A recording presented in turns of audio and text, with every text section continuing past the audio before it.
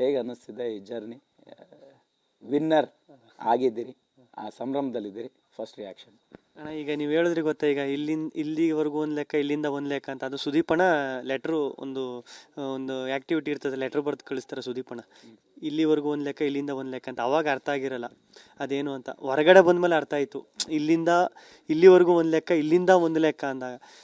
ನಿಜವಾಗ್ಲೂ ಅಣ್ಣ, ಅದು ಯಾವ ಜನ್ಮದ ಪುಣ್ಯನೇನೋ ಗೊತ್ತಿಲ್ಲ, ಆಚೆ ಬಂದಮೇಲೆ ಸತ್ಯವಲ್ವ ಆ ವೀಡಿಯೋಸು, ಆ ಕ್ರೇಜ್ ಎಲ್ಲ ನೋಡ್ತಾ ಇದ್ರೆ ಈ ನನಗೆ ಅದೇ ಈ ಎಲ್ಲ ನ್ಯೂಸ್ ಚಾನಲ್ ಅದೇ ರಿಪೀಟ್ ಆಗ್ಬಿಡ್ತದೆ ಹೇಳಿ. ನನಗೆ ಹಾಳಾದ ಅಳು ಬರೋದಿಲ್ಲ, ಅದೇ ಸಮಸ್ಯೆ. ಇಲ್ಲಿಗೆ ಬಂದು ಸಿಗಾಕಬಿಡ್ತದೆ, ಇಲ್ಲಿ ಅಳಬೇಕು, ಏನಾದ್ರು ಎಕ್ಸ್ಪ್ರೆಸ್ ಮಾಡ್ಕೋಬೇಕು ಅಂದಾಗ. ನಾನು ಸತ್ಯವಲ್ಲೂ ಈ ಥರ ನನ್ನ ತಾಯಣು ಅನ್ಕೊಂಡಿರಲ್ಲ ಕಣ, ಈ ಥರ ಎಲ್ಲ ಇರ್ತದೆ. ಹೊರಗಡೆ ಬಂದಮೇಲೆ ನಾವು ಒಳಗಡೆ ಏನೋ ಒಂದು ಮೆಂಟಾಲಿಟಿಲಿ ಒಂದು ಆಟ, ಒಂದು ಫ್ಲೋಲ್ಲಿ ಆಡ್ಕೊಬೈತಾ ಇರ್ತೀವಿ. ಹೊರಗಡೆ ಈ ಥರ ಎಲ್ಲ ಸೃಷ್ಟಿಯಾಗಿ ಇಷ್ಟು ಜನ ಪ್ರೀತಿಸೋರು ನಮಗೆ ಸಿಗ್ತಾರೆ, ಇಷ್ಟು ಜನ ನಮ್ಮನ್ನು ಪ್ರೀತಿಸ್ತಾರೆ ಅಂತ ಗೊತ್ತಾದಾಗ ನೀವು ನಂಬ್ತಿರೋ ಬಿಡ್ತೀರಿ. ಈಗಲೂ ನಾನು ಆಟ್ಬಿಟ್ಟು ಡಗ ಅಂತ ಬುಡಕತ್ತೇನೆ. ನಾನು ಅವಾಗ ಚೂಟಿ ನೋಡ್ಕೊತಾ ಇರ್ತೀನಿ, ನಿಜನ ಸುಳ್ಳ ಅಂತ. ಅಷ್ಟು ಅಪ್ಪ ಮರೆಯೋಕ್ಕಾಗಲ್ಲ ಬಿಡ್ರಿ. ಎಸ್, ಆರಂಭದಲ್ಲಿ ಹೋಗೋವಾಗ ಒಂದು ಲೆಕ್ಕಾಚಾರ ಇರುತ್ತೆ, ಮನೆ ಒಳಗಡೆ ಏನೋ ಒಂದು ಕ್ಯಾಲ್ಕುಲೇಷನ್ ಇರುತ್ತೆ. ಸೊ ನಿಮಗೆ ಎಕ್ಸಾಕ್ಟಾಗಿ ಏನು ಕ್ಯಾಲ್ಕುಲೇಷನ್ ಇತ್ತು, ಎಷ್ಟು ವಾರ ಇರ್ತೀನಂತ ಕ್ಯಾಲ್ಕುಲೇಷನ್ ಇತ್ತು, ಹೆಂಗೆ ಬದಲಾಗ್ತಾ ಹೋಯ್ತು ಆಟದ ಶೈಲಿ ಅಂತ?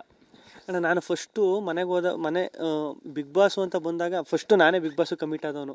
ಯಾವಾಗ ಗೊತ್ತಾ, ಬಿಗ್ ಬಾಸ್ ಸ್ಟಾರ್ಟ್ ಆಗಿದ್ದು 9ನೇ ತಿಂಗಳು, ನಾನು ಕಮಿಟ್ ಆಗಿದ್ದಾಗ ಗೊತ್ತಾ ಫೆಬ್ರವರಿಲಿ. ಅವಾಗಿಂದನೂ ಒಂದು ಡೌಟ್ ಇದ್ದೇ ಇತ್ತು ಅಣ್ಣ. ಈಗ ನಾನು ಬೇರೆ ರಿಯಾಲಿಟಿ ಶೋ ಎಲ್ಲ ಮಾಡ್ತಾಯಿದ್ದೆ, ಬೇರೆ ರಿಯಾಲಿಟಿ ಶೋ ಎಲ್ಲ ಮಾಡಿ ಒಂದು ಅನುಭವ ಆಗೈತೆ. ಈಗ ಕಾಮಿಡಿ ಶೋ ಅಂದ ತಕ್ಷಣ ಪ್ರಾಪರ್ ಕಾಮಿಡಿ, ಈಗ ಕಾಮಿಡಿ ಶೋ ಅಂದ ತಕ್ಷಣ ಎಲ್ಲರೂ ಕಾಮಿಡಿ ಮಾಡ್ತಾರೆ, ಅವ್ರಿಗಿಂತ ಚೆನ್ನಾಗಿ ನಾನು ಕಾಮಿಡಿ ಮಾಡಬೇಕು. ಡ್ಯಾನ್ಸ್ ಶೋ ಅಂದ ತಕ್ಷಣ ಎಲ್ಲರೂ ಡ್ಯಾನ್ಸ್ ಚೆನ್ನಾಗಿ ಮಾಡ್ತಾರೆ, ಅವ್ರಿಗಿಂತ ನಾನು ಚೆನ್ನಾಗಿ ಡ್ಯಾನ್ಸ್ ಮಾಡಬೇಕು, ಇದು ಮೈಂಡಲ್ಲಿ ಇರ್ತದೆ. ಬಟ್ ಬಿಗ್ ಬಾಸ್ ಅಂತ ಬಂದಾಗ ನಿಮಗೆ ಕ್ಲಾರಿಟಿ ಸಿಗೋಲ್ಲ. ಈಗ ನೀವು ಸೀಸನ್ 1 ಇಂದ 12 ಗಂಟೆ ಸುಮ್ಮನೆ ಬನ್ನಿ, ಏಂತು ವಿನ್ ಆಗವ್ರೆ ಅಂತ ನೀವು ಡಿಕೋಡ್ ಮಾಡಿದ್ರೆ ಸಿಕ್ಕುದೇ ಇಲ್ಲ ನಿಮಗೆ. ಅವ್ರು ಏಂತು ವಿನ್ ಆಗವ್ರೆ, ಟಾಸ್ಕ್ ಆಡೋದಕ್ಕೆ ವಿನ್ ಆದ್ರ, ಇಲ್ಲ ಇನ್ನೊಂದು ಅವ್ರು ಒಳ್ಳೆತನಕ್ಕೆ ವಿನ್ ಆದ್ರ, ಇಲ್ಲ ಮಾತಾಡೋದಕ್ಕೆ ವಿನ್ ಆದ್ರೆ ಗೊತ್ತೇ ಆಗೋದಿಲ್ಲ ನಿಮಗೆ. ಯಾರು ಯಾಕೆ ವಿನ್ ಆಯ್ತಾರೆ, ಜನರಿಗೆ ಹೆಂಗೆ ಇಷ್ಟ ಆಯ್ತು ಅಂತ ಗೊತ್ತೇ ಆಗೋಲ್ಲ ನಿಮಗೆ ಅದು ಕ್ಲಾರಿಟಿನೇ ಸಿಕ್ಕುದಿಲ್ಲ ನಿಮಗೆ. ಅಂಥದ್ರಲ್ಲಿ ಬಿಗ್ ಬಾಸ್ ಶೋ ಈಗ ಒಂದು ಪ್ಲ್ಯಾನ್ ಇಲ್ದೇ, ಒಂದು ಏನು ಇಲ್ದೇ ಸುಮ್ಮನೆ ಬ್ಲೈಂಡಾಗಿ ಹೋಗಿ, ಬ್ಲೈಂಡ್ ಶೋ ಅಂತ ಇರ್ತದೆ ಗೊತ್ತಾ, ಬ್ಲೈಂಡಾಗಿ ಹೋಗಿ ಶೋ ಮಾಡೋದೈತಲ್ಲ, ಸಿಕ್ಕಾಬಟ್ಟೆ ಅದು ರಿಸ್ಕ್. ನನಗೆ ಫಸ್ಟು ಸ್ಟಾರ್ಟಿಂಗು ಹೋಗ್ಬೇಕಾದ್ರೆ ಅನಿಸಿದ್ವು ಅದೇ, ಇಲ್ಲಿವರೆಗೂ ಜನರ ಪ್ರೀತಿನ ಒಂದು ರೇಂಜಿಗೆ ಸಂಪಾದನೆ ಮಾಡೋನಿ, ಒಂದು ಅಷ್ಟು ಜನರ ಪ್ರೀತಿ ಸಂಪಾದನೆ ಮಾಡೋನಿ. ಒಳಗಡೆ ಬಿಗ್ ಬಾಸ್ ಒಳಗಡೆ ಹೋದಾಗ ಹೆಂಗೈತದೋ ಏನೋ ಗೊತ್ತಿಲ್ಲ, ನೆಗೆಟಿವ್ ಆಗ್ಬೋದು ಇಲ್ಲ ಪಾಸಿಟಿವ್ ಆಗ್ಬೋದು, ಯಾಕಂದರೆ ಒಳಗಡೆ ಇರ್ತೀನಿ ನಾನು. ಈಗ ರೆಗ್ಯುಲರ್ ಶೋಗಳಿಗೆ ಆ ಬಿಗ್ ಬಾಸ್ ಶೋಗೂ ಡಿಫ್ರೆನ್ಸ್ ಏನಂದರೆ, ಈಗ ನಾವು ಮಾಡೋ ರೆಗ್ಯುಲರ್ ಶೋ ಅಲ್ಲಿ ಹೆಂಗೆ ಅಂದರೆ ಹೊರಗಡೆನೇ ಇರ್ತೀವಿ, ವೀಕ್ಲಿ ಒಂದಿನ ಶೂಟ್ ಆಯ್ತದೆ, ಶನಿವಾರ ಭಾನುವಾರ ಟೆಲಿಕಾಸ್ಟ್ ಆಯ್ತದೆ. ಟೆಲಿಕಾಸ್ಟ್ ಆದ ತಕ್ಷಣ ನೋಡ್ತೀವಿ, ನೋಡ್ಬಿಟ್ಟು ಇಲ್ಲಿ ತಪ್ಪು ಮಾಡಿದ್ದೀನಿ, ಇದು ಮಾಡಬಾರ್ದು, ನೆಕ್ಸ್ಟ್ ವಾರ ಅಂತ ಕರೆಕ್ಷನ್ ಮಾಡ್ಕೊತೀವಿ. ಬಿಗ್ ಬಾಸ್ ಹಂಗಲ್ಲ, ನೀನು 100-120 ದಿನ ನೀನು ಏನು ಆಡ್ತೀಯ ಅದೇ ಆಟ. ನೀನು ರಾಂಗ್ ಆಗಿರ್ಬೋದು, ರೈಟ್ ಆಗಿರ್ಬೋದು, ನೀನೇನು ರೈಟ್ ಅನ್ಕ ಆಡ್ತೀಯ ಅದೇ ಆಟ. ನೀನು ಹಂಗಿದ್ದಾಗ ಸಿಕ್ಕಾಪಟ್ಟೆ ಕಷ್ಟ ಅನ್ನೋದು, ರಿಸ್ಕು.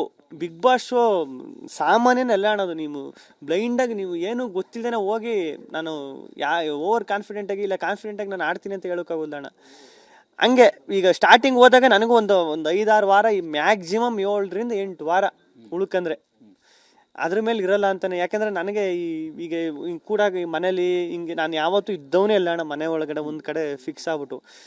ಈಗ ಅಲ್ಲಿದ್ದು ಹಂಗಿದ್ದು ಊಟ ತಿಂಡಿ ವಿಷಯದೆಲ್ಲ ಕಾಂಪ್ರಮೈಸ್ ಆಗ್ಬಿಟ್ಟು ಆಡ್ತೀನಿ ಅಂತ ನನಗೂ ಗೊತ್ತಿರಲ್ಲ ಅಣ್ಣ.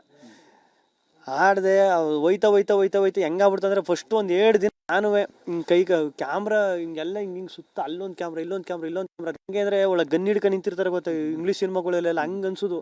ಹಿಂಗೆ ಸುಮ್ಮನೆ ಹಿಂಗೆ ಕೂತ್ಕೊಂಡು, ನಾನು ಮನೇಲಿ ಕೂತ್ಕೊತೀನಲ್ಲ, ಹಿಂಗೆ ಸುಮ್ಮನೆ ಹಿಂಗೆ ಹೊರಿಕಂದ್ರೆ ಸಾಕು, ಇಲ್ಲೊಂದು ಕ್ಯಾಮ್ರಾ ಕಾಣಿಸ್ತು, ಈ ಕ್ಯಾಮ್ರಾ ಆಯಿತು ಸುಮ್ಮನಿರಪ್ಪ ಅಂದ್ಬಿಟ್ಟು ಹಿಂಗೆ ಒಂದು 2 ದಿನ ಆಯಿತು. ಅದು ನನಗೆ ಕಂಟ್ರೋಲ್ ಮಾಡೋಕ್ಕಾಗಿಲ್ಲ. ಅಯ್ಯೋ ಇದಾಗೋದಿಲ್ಲ ನನ್ನ ಕೈಲಿ, ನಾನು ಹೆಂಗಿರ್ತೀನಿ ಹಂಗೆ ಇದ್ಬಿಡುವ.